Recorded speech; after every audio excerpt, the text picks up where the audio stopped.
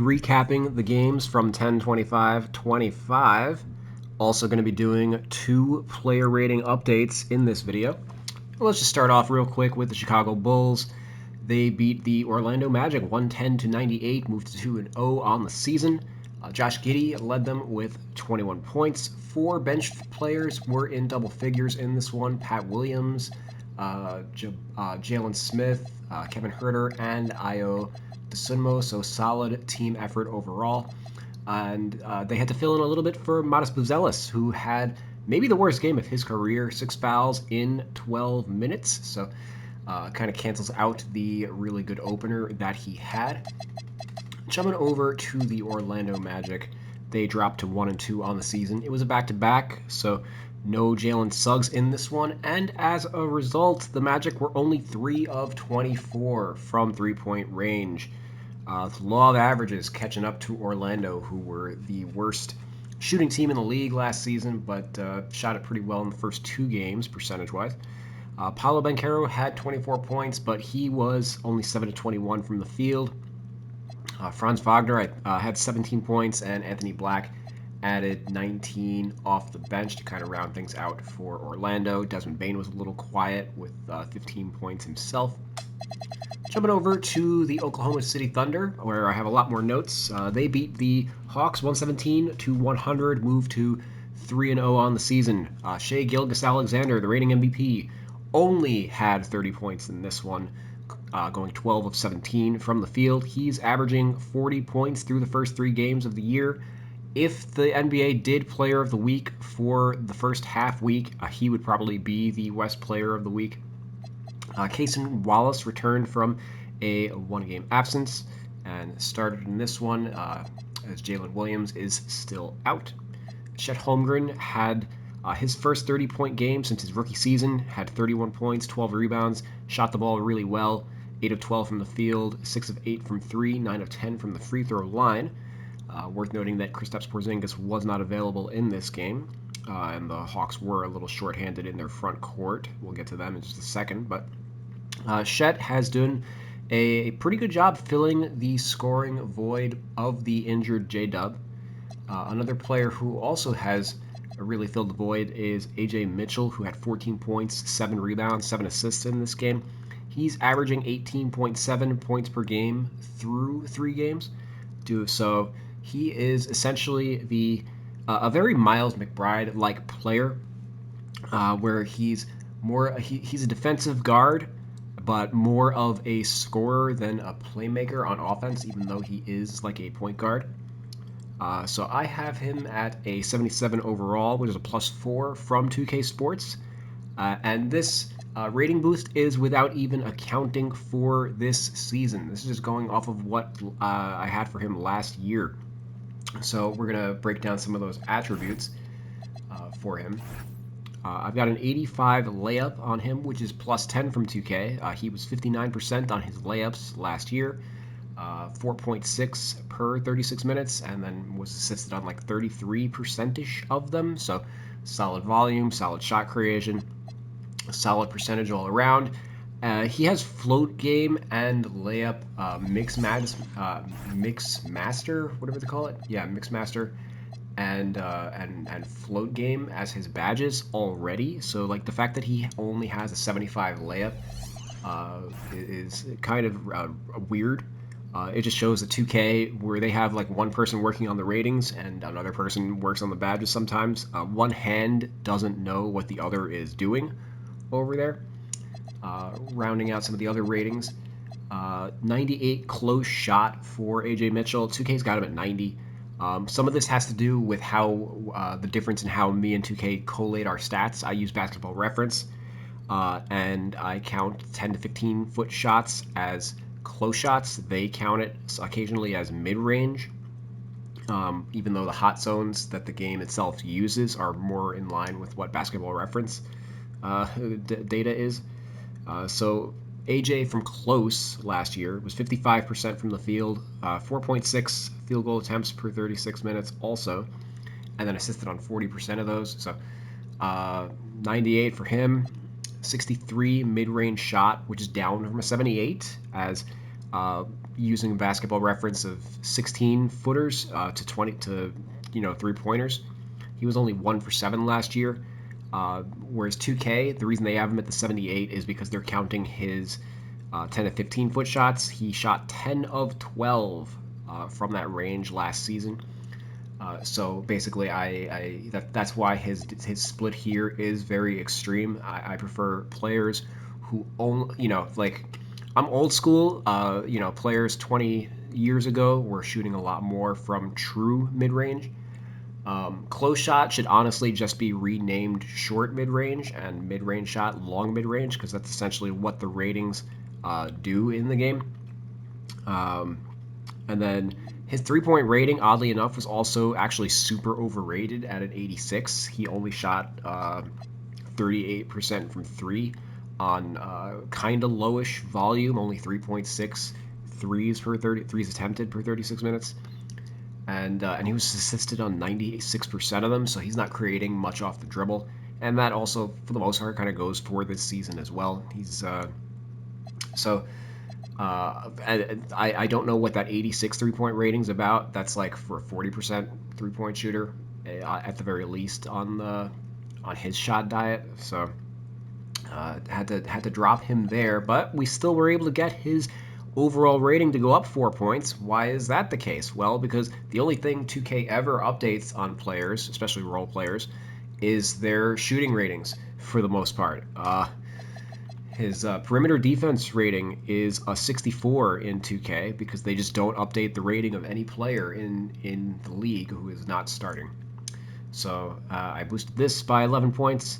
His help defense also was only a 57. Again, this is a defensive player. This is where he what he gets paid for.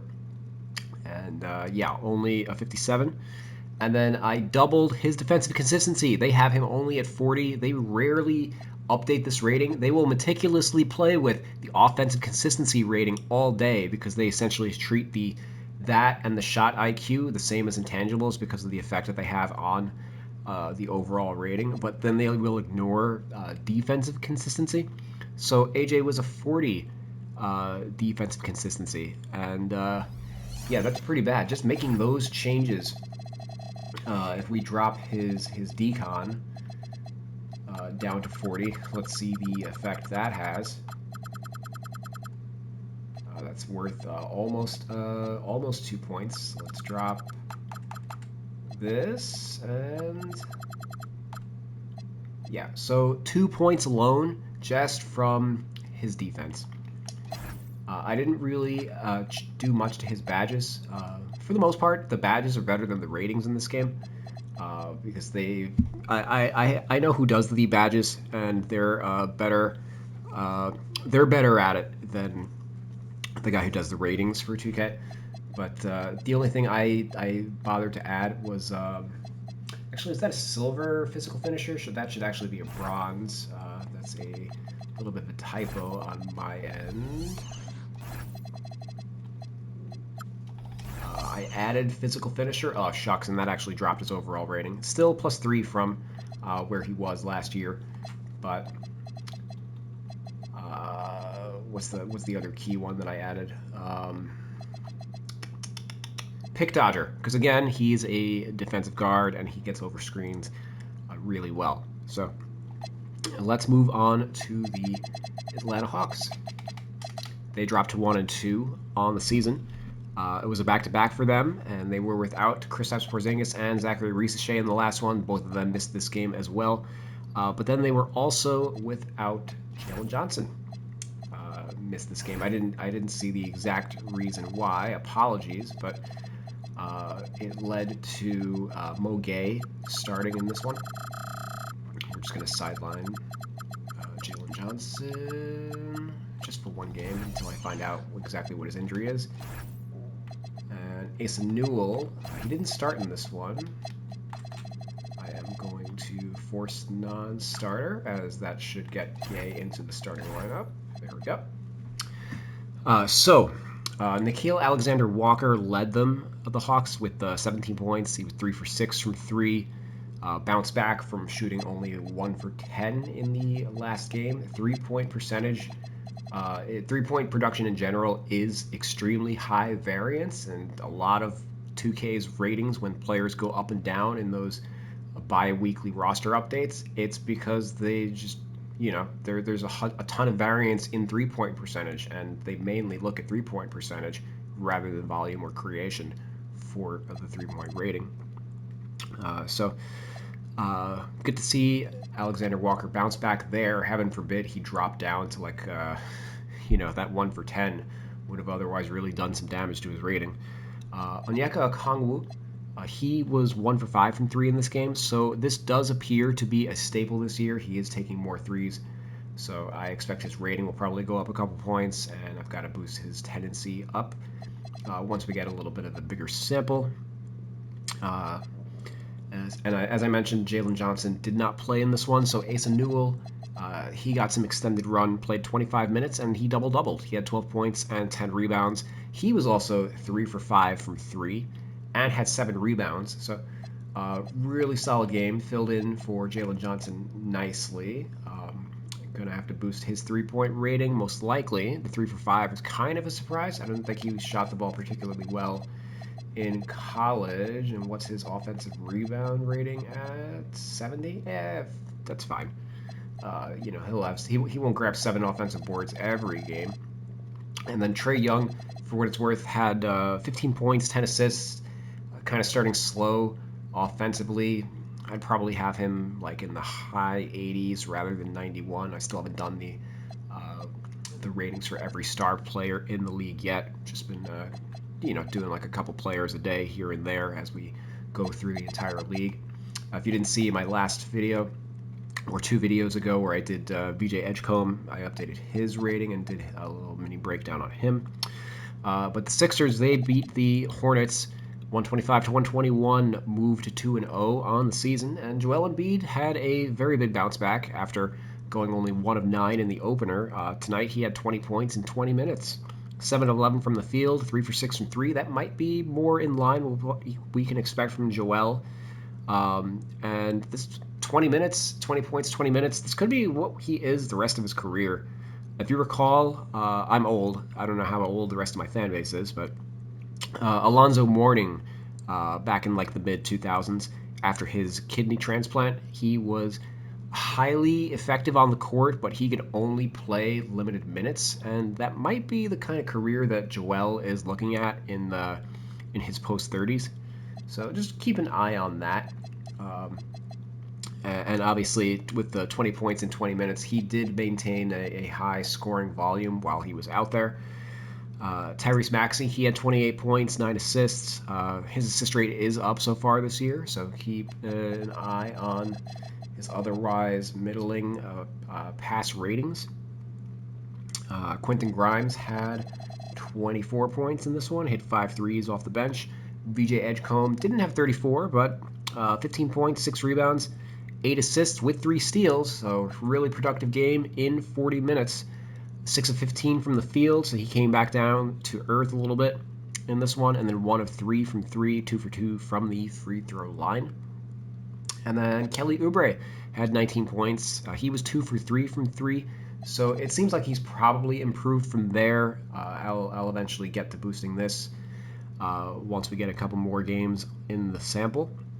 Heading over to the Charlotte Hornets, they have some really bad news. Brandon Miller left this game in the second quarter with a shoulder injury. He ran off the court back to the locker room. Hopefully it's not serious, but potentially devastating news for Charlotte. Miller scored 25 in the opener and seemed poised for a breakout junior season. He missed 55 games last season with a wrist injury. Con Knipple came off the bench in this one, incidentally, but then started the third quarter. He had 14 points. It's obviously huge for him individually if Miller's injury is long-term, as that would pretty much lock him into a starting role. Colin Sexton actually started at the 2 in this one, had 21 points and 7 assists. I'm led to believe that this was based on the Sixers matchup where they've got Maxey and Edgecombe in the backcourt, tons of speed, so they probably wanted Sexton to match up over there. So he had a really good game as well. I'm not going to mess with the positions for these guys until we get an update on Brandon Miller. If Brandon Miller's out for an extended period, I'll probably end up moving Knipple to the 3 and Sexton to the 2 if Sexton's going to start. And then if Sexton's at the 2, then we probably have to move Trey Mann to the 1. LaMelo, for what it's worth, he had a pretty good game himself, 27 points, 10 rebounds, 8 assists. And then the other player that we're going to break down the rating of in this one is Ryan Kalkbrennar. After the opener, I said that I needed to get up his overall rating, and that's exactly what I did. He had 14 points, 7 rebounds, 7 to 7 from the field in this one in 26 minutes. So let's hop in, take a look at some of his ratings. I gave him a 75 layup rating, which is plus 15 from where 2K had him at. Like, that's just abominable layup rating, and like compared to like a guy like Alex Sarr, who I keep bringing up, was like 40% on layups last year, and they have him at like an 82 layup rating.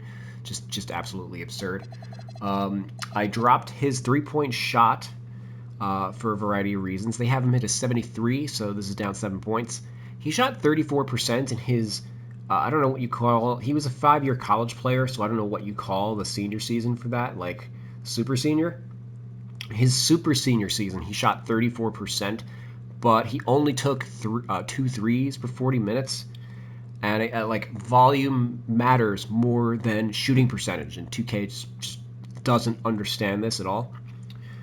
So over his 5-year college career, 31% on 1.2 per 40 minutes for Kalkbrennar. He's probably just not going to shoot them in the NBA. Similar to like Luke Cornett. Luke Cornett started his career as a stretch 5 and then completely went away with it over the last couple of years. As it turns out, he's really effective at the rim. So rather than standing on the perimeter, get close to the rim so you can grab offensive boards and finish. We dropped Kalkbrennar's 3-point shot. He hasn't taken one at all this year. I don't expect that he'll take many. And by the same coin, I also dropped his mid-range rating by 10 points. Again, for the same reason, he's going to be around the rim on the vast majority of his possessions. I don't expect him to take many jumpers at the NBA level. And then he has 9 offensive rebounds in his first 53 minutes of his career, which is, again, the whole point of abandoning the 3, similar to like Luke Cornett. Cornett's a phenomenal offensive rebounder, and Kalkbrennar is too. And he's grabbing more offensive rebounds than he was in college, so this is actually plus 15 from where he was at. And shot IQ, I hate the way that 2K handles this rating. 2K is just so stupid and arbitrary with these. Over here, we ball. This is a plus 30. They have him at a fucking 50. I don't get it. I don't understand the point of, like, he's not taking like stupid jumpers or anything. I don't understand what the point of having a low shot IQ is on like a big who knows his role, like a Mitchell Robinson or whoever. Like any of these low volume bigs who are mostly just like scoring off of like offensive putbacks and cuts. Like, what's the point of having a low shot IQ on them? Because when they're open, they're gonna go up and score. It's gonna be a high percentage shot. They're not gonna take dumb like contested shots or anything like that. And then perimeter defense, I boosted this by 15. They have this at a fucking 30. There is no reason for a player in the NBA to be a 30 unless they're like the worst defensive player of all time, and Kalkbrennar is not. He is not. He's not going to foul every possession, on that he's on a guard. And he's a pretty good interior defender as well. This is actually no change. They have him at a 75 by default. And then the only other thing I changed on him is I gave him 3 badges, basically brick wall, as he sets a lot of screens, and then I gave him the two rebound badges just to reflect that he has been rebounding the ball pretty well for the Hornets. So that does get him at the highest rated center on the team. I wonder if if it's safe to remove. Oops, what are we doing? I wonder if it's safe to remove force. Yes, all right. We can remove force non-starter from the other centers. Very cool, which is ideal because let's say Kalkbrennar gets injured during like a My NBA simulation, then neither one of these guys would start. So things would get a little weird lineup-wise from there. So ideally, yeah, this is great. I'm very much into this. It's worth noting Mason Plumlee played. He wasn't a DNP-CD in this one. He did play something like 5 minutes. I forgot. I didn't notate it because it's not that important, but he's not completely out of the rotation. Let's head on over to the Grizzlies, who they got their first win of the year against the Indiana Pacers, two of the more banged up teams in the NBA. Grizz were in a back-to-back, but they might have waved the white flag early in the last one, just so they could have a better chance in this one. And Colin Cowherd was the story. I've been singing his praises over the first two games. He had his breakout, 27 points, 9 of 13 from the field, 6 of 6 from 3, 6 rebounds, 4 assists, and he was a plus 36 in 24 minutes. Start him. He's good. Jalen Wells, 5 points, 2 of 10 from the field. I think he should probably be the one to hit the bench in favor of Cowherd. And then KCP, 10 points, 3 of 11. I also wouldn't get mad if he hit the bench and you wanted to keep Wells in the starting lineup. That way, at least you're going young. Obviously, the Grizz don't have a ton to play for. It seems like it's going to be a gap year for them, given all the injuries. But, John Morant had 19 points, 8 assists. And Javon Small had 16 points, and 6 assists, 5 of 6 from the field in 21 minutes. And maybe part of the reason for that is the Pacers have no point guard at the moment. Andrew Nembhard got hurt in their season opener. So, they have Ray J. Dennis. Ben Shepherd got the start at point guard. He's a shooting guard small forward, but started at the 1 technically. Had 9 points, 5 rebounds, 3 assists in 24 minutes. Realistically, it's Pascal Siakam who's operating as like the lead ball handler. He had 13 points, 6 rebounds, 6 assists. Benedict Mathurin had another solid game, 26 points, 8 of 12 from the field. They're going to lean more on his scoring if Siakam has to be more of an initiator. It seems like for the Pacers, it's going to be a lost season aside from like Benedict Mathurin's going to have his best year, it seems like, because they just desperately need offense.